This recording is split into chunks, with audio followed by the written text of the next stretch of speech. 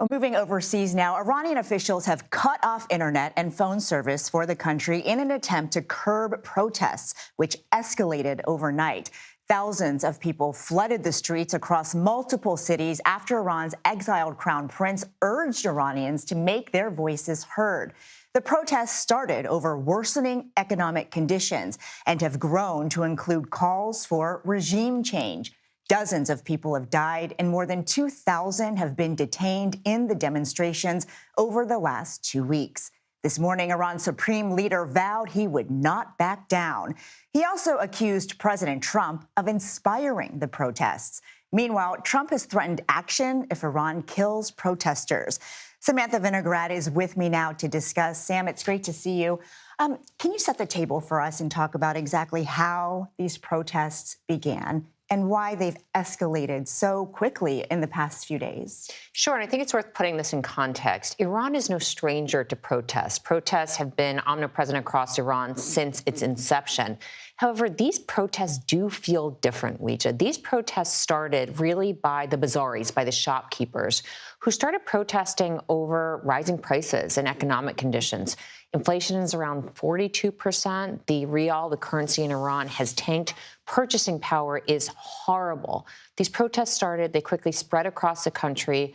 More folks are getting involved, and they have evolved into calling for political demands as well, including the overthrow of the 86-year-old supreme leader. At the same time, this feels different, not only because the bazaris are involved, who've typically been supporters of the regime, but also because Iran is just in a different position geopolitically than it was before. Syria has fallen. Iran was attacked by Israel and the United States. It is less strong than it was before, and the regime so far, relatively speaking, for now, is being less heavy-handed than they have been in the past. For example, in 2022, when we saw probably one of the biggest widespread demonstrations in that country. Moving forward, what is the big difference in terms of the plate of options they have to curb these protesters compared to, 4 years ago? Well, in terms of alleviating the underlying drivers of the protests, the economic conditions, their hands are tied. They are under crippling sanctions because of their nuclear program, support for proxies, and more.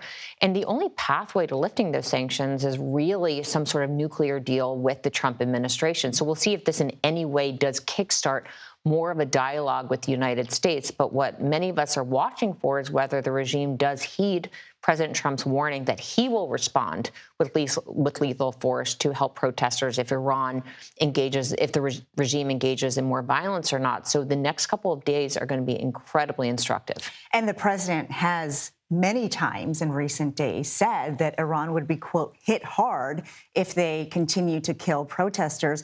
Can you talk about what the precedent is for U.S. intervention in a situation like this? Well, I think it is notable that the regime has reason to believe that Trump means what he says. President Trump has struck Iran before. They know that he has both the intent and capability to launch operations within Iran. They know that Israel was able to assassinate senior officials within Iran. So they know that they could be at risk if they don't listen to what President Trump is saying. And I think that is likely giving them pause in terms of how they choose to respond to these protests all across the country. And the president's last reaction and action on Iran is still very fresh. Sure. Thank you. Thanks. Sam Vinograd.